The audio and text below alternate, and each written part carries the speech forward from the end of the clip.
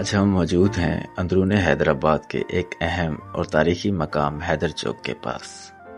یہ وہ جگہ ہے جسے مختلف ادوار میں مختلف ناموں سے یاد کیا گیا، کبھی گول پارک، کبھی فوارہ چوک یا فاؤنٹین اسکوائر، کچھ لوگ اسے دعا چوک بھی کہتے تھے۔ لیکن آج یہ علاقہ انقلابی رہنما اور ہاری تحریک کے بانی کامریڈ حیدر بخش جتوئی صاحب کے نام کی نسبت سے حیدر چوک کے نام سے پہچانا جاتا ہے۔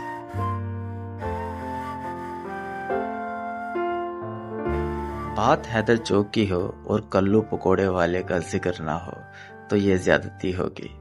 لال اینٹوں سے بنی اس قدیم عمارت کے بالکل سامنے، جس میں کبھی ایک مشہور چائنیز ریسٹورنٹ ہوا کرتا تھا، آج بھی کلو پکوڑے والے کی دکان موجود ہے۔ شام کے اوقات میں یہ دکان اب کلو بھائی کے بیٹے سنبھالتے ہیں۔ حیدر چوک کی ایک اور انفرادیت برطانوی دور کی شاندار اور دلکش عمارتیں ہیں۔ قیام پاکستان سے پہلے یہاں ہندو برادری بڑی تعداد میں آباد تھی، جو بعد میں ہندوستان منتقل ہو گئی، مگر جاتے جاتے وہ اپنے پیچھے ایک انمول ورثہ چھوڑ گئی، ایسی عمارتیں جو حسن و فن کا اعلیٰ نمونہ ہے۔ حیدرآباد میں آج بھی بٹوارے سے قبل کی کئی عمارتیں اپنی اصل حالت میں قائم ہیں، جو پرانے، خوبصورت اور پرسکون حیدرآباد کی جھلک دکھاتی ہیں۔ حیدرآباد کی مٹی نے ایسے بے شمار سیاسی، ادبی اور فلمی دنیا سے وابستہ نام پیدا کی ہیں، جنہوں نے نہ صرف اس شہر بلکہ پورے پاکستان کا نام روشن کیا۔ انہی میں سے ایک درخشاں نام جناب محمد علی صاحب کا بھی ہے، جنہیں ان کی بے مثال اداکاری کی وجہ سے شہنشاہ جذبات کا لقب دیا گیا۔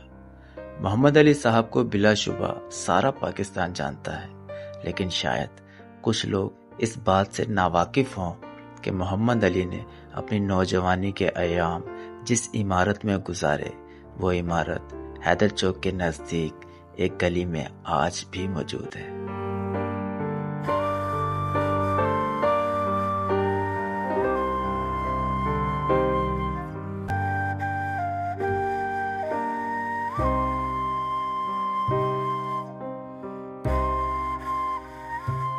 یہ علی زیب اسٹریٹ ہے، پری پارٹیشن کی وہ دل نشین گلی جو اپنے دامن میں آج بھی شان و شوکت اور یادوں کی گواہی دیتی پرشکوہ عمارتوں کو سمیٹے کھڑی ہے۔ یہ عمارتیں کبھی ان ہندو خاندانوں کے خوابوں کا مرکز تھیں جنہیں 1947 میں بھارت جانا پڑا۔ سوچئے، یہ گھر کتنی چاہت، کتنی دعاؤں اور کتنے خوابوں کے بعد وجود میں آئے ہوں گے۔ پتھر پتھر، اینٹ اینٹ میں محبت کی مہک اور امید کی روشنی بسی ہوگی۔ ہر جھروکے میں مستقبل کے خواب سجائے گئے ہوں گے، ہر کھڑکی سے ہنستی مسکراتی زندگی کی جھلک جھانکتی ہوگی۔ لیکن کسے خبر تھی کہ تقدیر ایک ایسا موڑ لے آئے گی کہ یہ آشیانے صرف چند برسوں کی رفاقت کے بعد اجنبی ہو جائیں گے۔ وہ دیواریں جو اپنے مکینوں کی آوازوں سے آباد تھیں، وہ دروازے جو محبت کے لمس کے عادی تھے، اچانک خاموشیوں کے حوالے کر دیے جائیں گے۔ آج یہ عمارتیں خاموش ہیں، مگر ان کے زینوں پر وقت کے قدموں کی چاپ گونجتی ہے۔ ان کی اینٹوں میں بچھڑنے کا دکھ، ہجرت کی تڑپ اور ان لوگوں کی یادیں قید ہیں جو اب کبھی لوٹ کر نہیں آئیں گے۔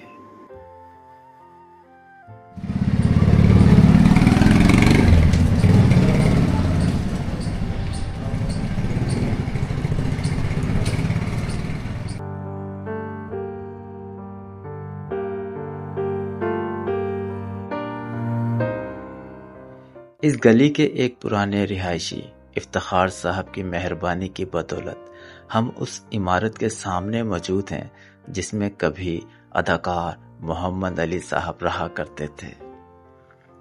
پیلے پتھروں سے بنی یہ عمارت 100 سال کی ہو چکی ہے۔ در و دیوار پر قدامت کی پرچھائیاں واضح طور پر دیکھی جا سکتی ہیں۔ افتخار صاحب نے مزید بتایا کہ اس مقام پر چند فلمیں اور ڈرامے بھی فلمائے جا چکے ہیں۔ گویا یہ عمارت صرف رہائش نہیں بلکہ فن و ثقافت کی بھی گواہ رہی ہے۔ یہاں پر اداکار ندیم بھی آئے تھے جب گرمان ڈرامہ بنا اس کے اندر، تو یہاں شوٹ کر کے گئے تھے وہ ڈرامہ اپنا۔ اس میں ندیم صاحب ہیں ڈرامے میں، اگر آپ دیکھیں گے یوٹیوب وغیرہ پر سرچ کریں یہ سارا۔ اور دوسرا بجو ڈرامہ بنا بھی مشہور، بجو ڈرامہ رانگ نمبر فلم بھی شوٹ ہوئی یہاں پہ 1 اور 2 میں۔ وہ اسی گلی میں شوٹ ہوئی ہے؟ ہاں اسی گلی میں شوٹ ہوئی ہے، اور برابر والی گلی میں۔ اچھا، برابر والی گلی میں بھی؟ برابر والی گلی میں، اچھا، دونوں جگہ بھی شوٹنگ ہوئی ان ڈراموں، اور کافی ڈرامے یہاں پہ بن چکے۔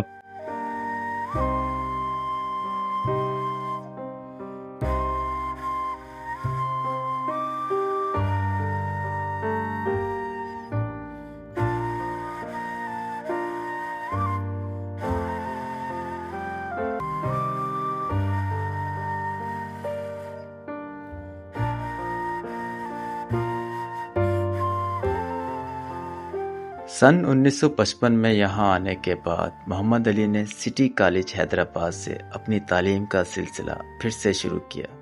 انہیں پائلٹ بننے کا شوق تھا، لیکن قدرت کو کچھ اور ہی منظور تھا۔ محمد علی نے بڑے بھائی ارشاد علی کے کہنے پر ریڈیو حیدرآباد میں بطور صداکار اپنے فنی کیریئر کا آغاز کیا۔ ان کی جاندار آواز نے ان پر فلمی دنیا کے دروازے جلد ہی کھول دیے۔ سن 1962 میں فلم چراغ جلتا رہا سے اداکاری کا آغاز کرنے والے محمد علی نے 37 برس تک پاکستانی فلم انڈسٹری پر راج کیا اور کم و بیش 300 فلموں میں اداکاری کے جوہر دکھائے، جن میں اردو اور پنجابی فلمیں شامل ہیں۔ گورنمنٹ آف پاکستان سے تمغہ امتیاز اور تمغہ حسن کارکردگی حاصل کرنے والے شہنشاہ جذبات محمد علی کی شادی مشہور اداکارہ زیبا سے ہوئی، جو سن 2006 میں ان کے انتقال تک قائم رہی۔ ہم سے بڑے تھے عمر میں، نسالے کو ہوں گے 6-7 سال بڑے تھے۔ یہاں پہ زمینی چلتے تھے۔ اچھا، ہاں، محمد علی تھے، ایک حاجی اشتیاق تھے، چاچا اشتی، اور ایک فیاض صاحب تھے، مرزا فیاض بے، اور ایک حسنین، یہ سارے لوگ تھے مخصوص۔ جنرل مینیجر تھے، وہ بھی اللہ کو پیارے ہو گئے UBL میں۔ یہ سارے لوگ ان کے ساتھیوں میں ہم عمر تھے، یہاں اوپر رہتے تھے۔ ان کے والد جو تھے ان کا نام تھا سید مرشد علی صاحب، بڑے تگڑے تھے، وہ محمد علی سے بھی زیادہ تگڑے تھے اور بڑے دبنگ آواز تھی ان کی۔ وہ یہاں خطیب تھے مسجد میں، مسجد عمر فاروق میں۔ اور پہلی شادی جو ہے پاکستان بننے کے بعد ان کی بہن کی ہوئی تھی، وہ ان کا نام تھا عصمت، وہ بھی حیات ہیں۔ فلموں میں کامیابی حاصل کرنے کے بعد اور اس علاقے کو چھوڑنے کے بعد کبھی وہ دوبارہ آئے یہاں پر اس گلی میں؟ کئی بار آئے، کئی بار۔ اچھا، ملاقات ہوئی؟ پھر ملاقات ہوتی، مل کے جاتے باقاعدہ۔ اچھا، یعنی کہ اچھے اخلاق والے، اپنے دوستوں کو نہ بھولنے والے شخص تھے۔ ہاں ہاں، بلکہ جو بھی حیدرآباد سے جاتا تھا اس سے پھر کہتا میں حیدرآباد کا ہوں، تو فوراً سے بلاتا تھا۔ اچھا، کہ مالی مدد بھی کرتے تھے، اس کی ہیلپ بھی کرتے تھے، جیسے کہ آپ کے جتنے بھی لوگ ہیں حیدرآباد کے اداکار۔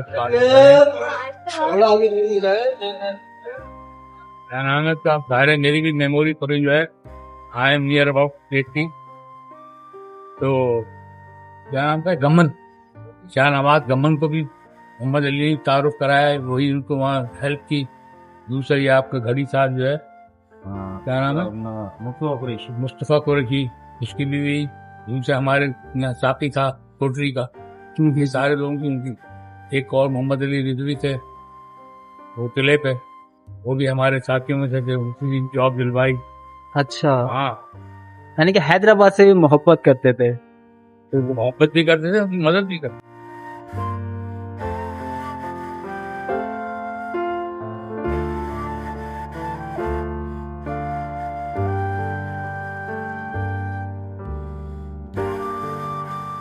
والد صاحب کے ساتھ بھی جان پہچان تھی، دونوں بھائیوں کے ساتھ بھی جان پہچان تھی، ان کی سسٹر کے ساتھ بھی جان پہچان تھی۔ اچھا، یہ 3 بھائی تھے؟ نہیں، 2 بھائی تھے، ایک کا نام تھا محمد علی، ایک کا نام تھا ارشاد۔ میں جب اوپر جایا کرتا تھا تو مجھ سے کہتے تھے بیٹھ عثمان، بولا یہ پتا ہے کیا، یہ ماں باپوں کا نام روشن کرے گا اور یہ فلمی دنیا میں ہی جائے گا۔